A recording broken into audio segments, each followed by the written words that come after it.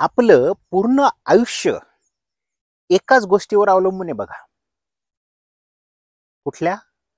आपल्याला काय वाटतं, बरोबर? आपल्या ज्या फिलिंग्स आहेत, ओके, आपल्याला काय राग आला, आपल्याला काय वाईट वाटलं, आपल्याला आनंद झाला, आपल्याला सुख वाटलं, ह्या सगळ्या गोष्टींच्या भोवती आपलं जीवन फिरतंय बघा. 24 तास जे आहेत आपले ती याच्याच भोवती.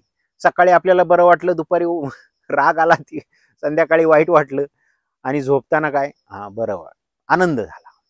आणि आपल्या जीवनाची ही जी भागदौड आहे, काय म्हणतात, क्वेस्ट बोलतात, म्हणजे आपण कुठल्या तरी जर्नीवर आहे, आपण चाललोय, ही कशा भोवती अवलंबून आहे माहिती? कशावर अवलंबून आहे माहिती तुम्हाला? की आपल्याला काय वाटतं, नाही आज आपल्याला सुख नाहीये, आपल्याला दुःख वाटतंय, आपल्याला बरोबर वाटत नाहीये, मग उद्याच्या सुखासाठी सगळी धडपड चालते. हे केल्यानंतर आपल्याला बरं वाटेल, ते केल्यानंतर बरं वाटेल. ओके, बरोबर ना? त्याच्यामुळेच आपल्याला वाटतं नाही, ते गाजराची आणि जे गाढवाची आणि गाजराची जशी अवस्था आहे, काठी लावून, जसा जर गाढवाला पुढे चालत नसेल तर काय करतो त्याचा मालक? काठी लावतो, तिला गाजर बांधतो आणि त्याच्या समोर धरतो. ते चालत राहतंय गाढव. त्याला वाटतं की कधीतरी मी त्या गाजरापर्यंत पोहोचेन आणि मला बरं वाटेल. असंच आपलं पूर्ण जीवन निघून जातं बघा. थोडासा विचार करा, थोडासा मागे जाऊन बघा की मी हे केल्यानंतर होईल, माझं लग्न झाल्यावर, मी मोठा झाल्यावर, मला मुलं झाल्यावर, मुलं मोठी झाल्यानंतर, मुलांचे लग्न झाल्यानंतर, मुलं नातवंड झाल्यानंतर, असं जीवन निघून जातं आपलं. कधी कधी वाटतं नाही नाही नाही ही नाही, आपण इंजिनिअरिंग केली असती तर बरं झालं असतं, डॉक्टर झालं असतं तर बरं झालं. बऱ्याचशा गोष्टी आहेत बघा. पण ह्या ज्या सगळ्या फिलिंग्स आहेत ना, या फिलिंग्स नेमकं आहेत काय, येतात कुठून, हा सगळ्यात महत्वाचा प्रश्न आहे. जोपर्यंत आपल्याला कळत नाही, आपल्याला ह्या ज्या फिलिंग्स आहेत, राग येतो, वाईट वाटतं, दुःख वाटतं, सुख वाटतं, ह्या ज्या सगळ्या फिलिंग्स आहेत त्याचा उगम काय ते कळत नाही, तोपर्यंत आपलं जीवन सुखी होऊ शकत नाही बघा. आता लक्षात घ्या बघा, आपल्या शास्त्रांमध्ये, आपल्या वेदांमध्ये किंवा भगवद्गीता, हे जे शास्त्र आहेत याच्यामध्ये बरंचसं सांगितलं गेलेलं आहे, किंवा कुठल्याही धर्माच्या शास्त्रांमध्ये त्यात एकच सांगितलं गेलेलं आहे की आपल्या मनावर ताबा. ओके, आता मनावर ताबा म्हणजे काय? आता तुम्ही म्हणाल मन म्हणजे काय? साधी गोष्ट आहे. ओके, आपण 24 तास स्वतःशी बडबडत असतो, सेल्फ टॉक 24 तास बडबडत असतो. आणि तीच गोष्ट जर जे 24 तास आपण बडबडतो तेच आपण कृतीत आणण्याचा प्रयत्न करतो बघा. मी मागे पण तुम्हाला सांगितलं, आपण आयुष्यात गोष्टी दोनदा करतो बघा, एकदा आपल्या मनात आणि दुसऱ्यांदा प्रत्यक्षात. जोपर्यंत आपण अगोदर मनात गोष्ट करत नाही तोपर्यंत ती कृतीत आणतच नाही, हा नियम आहे. असं होत नाही की गेला आणि डायरेक्ट कुठली तरी गोष्ट करायला लागला. सचिन तेंडुलकरचं मी कायम उदाहरण देतो, जर समजा फुलटॉस बॉल आला किंवा तर तो काय करणार, त्याच्या डोक्यात विचार असतो ऑलरेडी, फुलटॉस जर बॉल आला तर मी हुक शॉट मारणार. ओके, तसंच आहे आपलं. ओके, यॉर्कर आला तर मी प्लेड करणार, हेच आहे आपलं. हे सगळं ठरलेलं आहे. अगोदर आपण विचार करतो, असं झालं, असं आलं की मी तसं करणार, तसं झालं की मी तसं करणार. बघा, उगम शोधतोय आपण आपल्या भावनांचा, आपल्या ज्या भावना आहेत या त्यांचा उगम शोधतोय.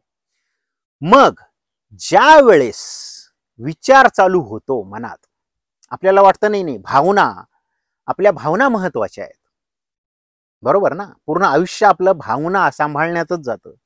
ओके, आपल्याला सुख कधी वाटेल, आपल्याला आनंद कधी वाटेल, भावना. ते तसं नाहीये बघा. गणित काय, दोन गोष्टी आहेत. भावना ह्या नंतर जन्म घेतात, भावना ह्या नंतर जन्म घेतात. अगोदर काय? विचारांचा जन्म अगोदर होतो. हे बघा, अंडा आधी का कोंबडे आधी, असं आहे आपलं. साधं उदाहरण घ्या रागाचं. आपल्याला वाटतं की आपल्याला कुठल्या तरी गोष्टीमुळे राग येतो, पण तुम्हाला सांगतो, राग येण्याच्या अगोदर, म्हणजे आपल्या ज्या फिलिंग्स आहेत, भावना आहेत, त्या अशा रागीट होण्याच्या अगोदर आपल्या मनात विचारांचं वादळ सुरू होतं. वादळ का बोलतो? एक जर विचार आला, एकच विचार, तर आपल्याला राग येत नाही बघा. हा, पण जर एकामागून एक विचार येत गेले, वाईट विचार, रागाचे विचार, तर मग आपल्याला राग अनावर होतो. मग आता सांगा, आपल्याला राग कोण आणतं? आपले जे ह्या भावना आहेत, फिलिंग्स आहेत, त्याचा उगम आपल्या विचारांमध्ये. ओके, म्हणजे विचार महत्वाचे आहेत. विचारांची जी साखळी आहे, श्रंखला, ती तोडणं महत्वाचं आहे. विचार किती महत्वाचे आहेत बघा. आता साधी गोष्ट आहे, एक छोटस बघा, ज्यावेळेस आपल्याला राग येतो, छोटीच गोष्ट, एखाद्याने आपल्याला शिवी दिली, त्याचं काम फक्त एका किती सेकंदात होतं? 2 सेकंद किंवा हाफ सेकंद, अर्ध्या सेकंदात किंवा 2 सेकंदात त्याचं काम होतं, तो निघून जातो. रस्त्यावरचे उदाहरण घेतो आपण, रोडवर गाडी चालवताना एखादा शिवी निघून गेला, शिवी देऊन, बापरे बापरे बापरे, आपल्या मनात त्याच्या विरुद्ध थैमान माजत विचाराचं. परत जर भेटला तर त्याच्या कानाखाली वाजवील, परत जर भेटला तर त्याची गाडी अडवील, त्याला हे करील ते करील, बाप रे थैमान. ते मन आहे आपलं. हे जे मन आहे, मनाला फक्त खाद्य लागतं, भूतासारखं आहे, त्याला पकडता येत नाही. ओके, बऱ्याचशा गोष्टींमध्ये आपल्याला सांगितलंय की भूतासारखं आहे मन. सो मनाला पकडणं अवघड आहे बघा. ते विचारावर विचार चढवत जातं.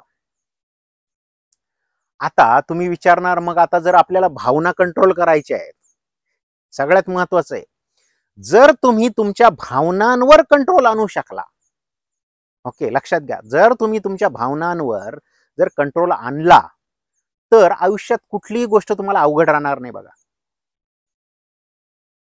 अहो साधी गोष्ट आहे, माईकवर बोलणं, स्टेजवर जाऊन आपल्या विचारात, मनात किती विचार, कोणी काय बोलेल काय बोलते, बरोबर ना.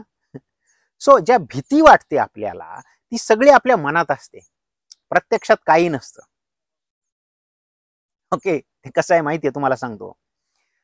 एक माणूस होता, रोज रस्त्याने जायचा, सेम रोडने, त्याच्या कामाला जायचा रोड तो, आणि रोज त्याच्या मागे कुत्रं लागायचं, रोज. आता एक दिवस त्यांनी ठरवलं, दररोज कुत्रं लागायचं तो पळायचा पुढे, रोज कुत्रं लागायचं पळायचं पुढे. त्यांनी ठरवलं, आता मी ह्या कुत्र्याला काय करणार, फाईट बॅक करणार, सामोरं जाणार त्या कुत्र्याला. मग एक दिवस काय केलं त्यांनी, पळण्याऐवजी त्यांनी उलटा फिरला आणि कुत्र्याकडे बघितलं, ये किती काय करतो तू बघूच, एकदा चावशील ना घेईल मी इंजेक्शन, काय फरक नाही पडत. पहिले 16 इंजेक्शन होते, आता एक इंजेक्शन मध्ये वागतंय. ओके, घेईल इंजेक्शन, चल ये.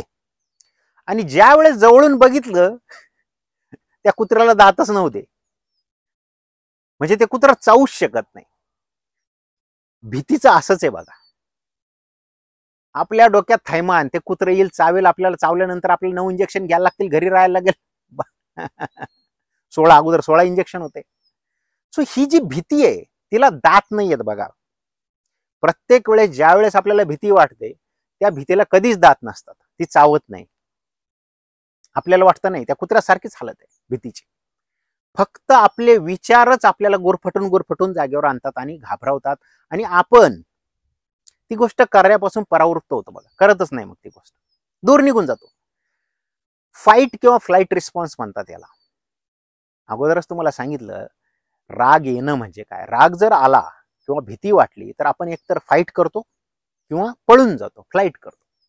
हे आपल्या पहिल्या पूर्वजांपासून आपल्या रक्तात, आपल्या डीएनए मध्ये हा संदेश लिहून ठेवला गेलेला आहे.